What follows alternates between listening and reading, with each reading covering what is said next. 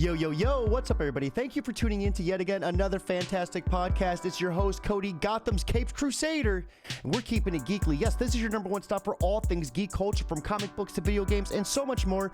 And man, oh man, am I excited, because not only do we have some awesome news pertaining to Elden Ring, GTA 5, and so much more, but we have those DC comics fresh off the press. So without further hesitation, let's go ahead and just dive right in. And first things first, it looks like The Last of Us 3 is not only getting a release date, but it's getting story and much more. Yes, you heard that right. Fresh off the press from earlygame.com, it looks like Neil Druckmann from Naughty Dog revealed some details about The Last of Us 3 Part 3 in a Script Apart podcast. The story's already been outlined by him and his co-author Haley Gross for the third part, but the director remains very tight-lipped about possible developments. Now, within that podcast, Neil did admit that it was trickier to find the emotional core of the story in Part 2 compared to Last of Us Part 1 due to the experience and knowledge of the players. So with that in mind, it's going to be difficult to grab the fans emotionally and bring innovations in The Last of Us Part 3. Now, the rest of this is purely speculation, but with the first one dropping in 2013 and the second one 7 years later in 2020, they are guessing that we're going to see the Part 3 drop no sooner than 2025. Now, usually I would take a speculation like that with a grain of salt, but with Neil already admitting on a podcast that a third one is in the works, only time will tell when it's going to drop. And it looks like the story is going to come full circle. Let me know your comments and thoughts in the comments down below. Now, with that being said, it looks like GTA 5 and GTA Online prices have been announced with no free upgrade offered. Coming from IGN.com, it looks like Rockstar has revealed the pricing for GTA 5 and GTA Online on PS5 and Xbox Series X and S. We now know for sure the games won't be offered as free upgrades to existing owners, but they will be at least 50% off an all-new gen platform for the first 3 months of launch. Now, with preloading starting today, the pricing for the new versions of GTA 5 and GTA Online are now live on the PlayStation Store and Microsoft Store, confirming that there's no free upgrades available for those who previously bought the game on older generation consoles. However, it looks like there's going to be significant discounts on all platforms within the first 3 months of release. It looks like for the PS5, GTA 5 and GTA Online pricing and discounts, it will be 75% off for the first 3 months of launch, priced at $9.99 USD. After 3 months, the game will go up to $40. Now, on the Xbox, it looks like it's going to be priced around $19.99. After 3 months, the game will then shoot back up to $40 as well. Both GTA 5 and Online will launch for the new gen consoles on March 15th and will include a number of improvements and new features, including 3 different graphic modes, high-end PC visuals, increased population and traffic variety, and additions to GTA Online. Now, with the game that's nearing being 10 years old, how much more can they offer, and how many different releases will we see? Only time is going to be able to give us that answer. Now, with that being said, we're going to be moving on to our last piece of news, and I saved the best for last. It looks like Elden Ring competitive DLC may have been hinted in a hidden area. Modder Lance McDonald has unearthed a hidden area on Elden Ring that suggests they may be adding a competitive multiplayer mode down the line. He was able to access an out-of-bound areas using a mod, which uncovered a hidden coliseum that seems to be serving as a multiplayer arena. Now, if you approach the area outside the coliseum, you'll spawn a hostile invader, which replicates the process of being invaded by another player. I'll bet they're controlled by the AI. FromSoft has not announced anything regarding any DLC yet, but there are tons of videos online showing players finding areas that are not able to be entered quite yet, giving hopes for DLC down the road. Now, I picked up Elden Ring and have been playing it almost every single day since launch. You can catch me live at twitch.com/jobforacody to see me play through and fight all those bosses live. And I gotta admit, I would love to see some competitive DLC. I'm waiting till I get the... Right now, I'm playing on PS5 pretty much. I'm waiting to get on PC before I start more of a complex build, which is going to be geared towards PvP. So let me know if any of you guys want to play. Right now, I'm on the PS5, but sometime within the month, I will be on PC. Now, with that being said, we are wrapping up this week in Geek, but stay tuned. We got those fresh posts coming right out the oven, and we're going to be hitting you with 4 comics because 2 of them are going to be going back to back. That being said, we're going to be diving into our first one of the week, which is going to be Batman issue 121, written by Joshua Williamson with art being done by Jorge Molina. The Abyss finale begins with a blinded Batman teaming up with Lex Luthor in a powered-up Batman suit, going up against Batman Inc., led by none other than the Abyss. The situation gets much more complicated, though, as Detective Kaya arrives on the scene, but luckily she brought backup with her in the form of 2 attack helicopters, as well as sending up the prison guards from down below, but the Abyss is more than happy to give their new audience a show. Now, as they both get swarmed and overwhelmed, we hear Batman let out code Club of Heroes, which effectively ends Batman Inc.'s undercover mission. Now, as the Abyss begins to run through them, though, we learn of how Lex created the Abyss and his plans to find cities ripe with crime and put a Batman in each of them, making them loyal to him. Now, before the Abyss can get the killing blow on Lex Luthor, Detective Kaya lets out a few opening shots, which causes the Abyss to flee, but it's none other than our beloved Caped Crusader who could bring the Abyss into the light. Now, Batman issue 121 puts a blinded Bruce up against the Abyss, but it's within that darkness is he able to find himself and ultimately take down the Abyss. Now, with that being said, this does put him back in Gotham and ties into our next issue, which is going to be Batman Detective Comics issue 1055, written by Marika Tamaki with art being done by Amaki Nawapan. Now, the Tower Part 9 begins with news stations reporting that the tower is being taken over as Dr. Ware is broadcasted being thrown out the window.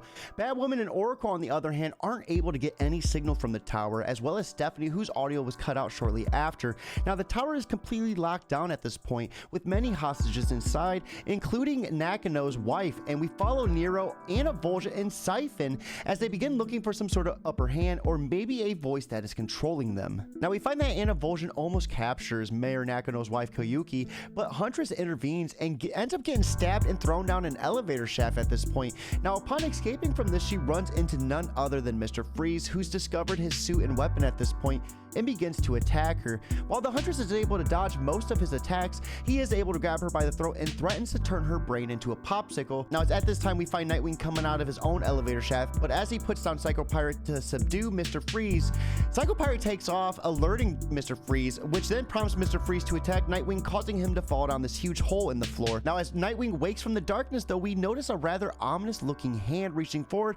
We find there is no cure for fear as Scarecrow has entered the room, where Siphon is given orders with rounds of fear gas and Nightwing in his control. Now, as I said previously, Batman has just made his way to Gotham, and it looks like he did so in perfect time because the tower is being taken over by none other than a character who loves to cause fear. Now, that being said, we're going to be moving into our next two issues of the week, and these ones are going to be thrown back to back. We're going to be starting off with The War for Earth 3, written by Robbie Thompson and Dennis Hopeless, with art being done by Stephen Pugh, Dexter Soy, and Brent Peepless. Now, The War for Earth 3 begins on the 10th anniversary of Ultraman and his crime syndicate taking over Earth 3, and as the celebration is heating up, Ultraman rises to the sky and just melts everyone away with his heat blast. We find Amanda Waller with her army of recruited supervillains arriving in Metropolis, but they're not coming in peace. Meanwhile, on the Earth, Ultraman and Power Ring are looking over and conversing on what to do when Ultraman spots Owlman and Wonder Woman in a rather passionate moment. Now, with Power Ring off to take care of Waller, we find him holding his own against Madge, savagely killing all other invaders in the surrounding area, and as he begins to suspect this is a trap, we see none other than Nero reach out and subdue him without any effort. Now, with Ultraman, on the other hand, interrupting Owlman and Wonder Woman, we see him send Owlman to take care of Waller after she contacts him to let him know that Power Ring is under her control. Now, we see Owlman go up against Black Siren, and as he's about to crash land into her, we see Madge come to her rescue. With Owlman and Power Ring under Waller's control, it's time for Ultraman to come and talk to her. Rick Flag, on the other hand, and his Suicide Squad have their hands full with Clayface on Earth 3. Dr. Rodriguez, though, has a trick up her sleeve, and it looks like she intends to become something similar to Clayface in order to subdue him, but will it be enough to stop Amanda Waller? Now, The War for Earth 3 Part 1 took me by storm. I was not expecting Amanda Waller to not only invade this Earth, but to capture the evil version of the Justice League and have them do her evil bidding. With that being said, that's going to lead us to part 2, our last issue of the week, which is going to be Suicide Squad issue number 13, written by Dennis Hopeless and Robbie Thompson, with art being done by Eduardo Pansica, Julio Ferreira, and Dexter Soy. The War for Earth 3 Part 2 begins with Rick Flag and Bloodsport bleeding out at a convenience store the day after going up against Waller and her forces and the evil Justice League. We find Ambush Bug and Peacemaker crashing into a karaoke session before diving into his fight with Power Ring the day before, with Power Ring baseball batting him into a bear trap that begins squeezing him to death. Now, we transition to Dr. Rodriguez encased in a glass tube as Waller mocks her, giving her a front row seat to her biggest win yet, before pivoting to the day before, where she went up against none other than Ultraman and was able to hold him, but not long before he hits her with a heat blast, turning her arm into glass, and she was able to give Rick Flag and the rest of his crew time to escape before she was effectively just smashed to pieces. On the other hand, though, we find Match and Nocturna in a passionate moment as Brainiac oversees them, and we witnessed the day before as Nocturna was getting ready to kill Amanda Waller. Then Bizarro comes out of nowhere to subdue her, and with one kiss, she is able to bring Match back, his full personality and everything, thus trapping them in this heated moment. Last but not least, we follow Colbera and Talon as they go to retrieve Alman, who is in fact not dead. But things are about to get a lot hairier as the once dead speedster Johnny from Earth 3 is now working with Peacemaker and Ambush Bug to go retrieve the one thing that is going to bring down Ultraman, but Donna Troy is standing in their way. Now, I know this issue had a lot of throwbacks and a lot of flashbacks and a lot of everything in between, but I did my best to kind of keep it together for you guys to give you an idea exactly what is going on. Stay tuned as things are getting insane for Earth 3, and you definitely don't want to miss it. Now, with that being said, guys, that does wrap up our podcast for the week, but you can find me on all my respective social media platforms at Keeping It Geekly. And as always, stay tuned because we are doing indie comic interviews 2 to 3 times a week. We have one aimed for tomorrow on New Comic Book Day with an awesome comic creator, and you are going to love it. SOS Volume 3, stay tuned for it. Now, I don't want to go spilling too much beans. You're going to have to check out the episode, which is going to be aired live on YouTube tomorrow to catch more. Now, you guys know what to do, and it's the most important part of the day, and that's Keep It Geekly.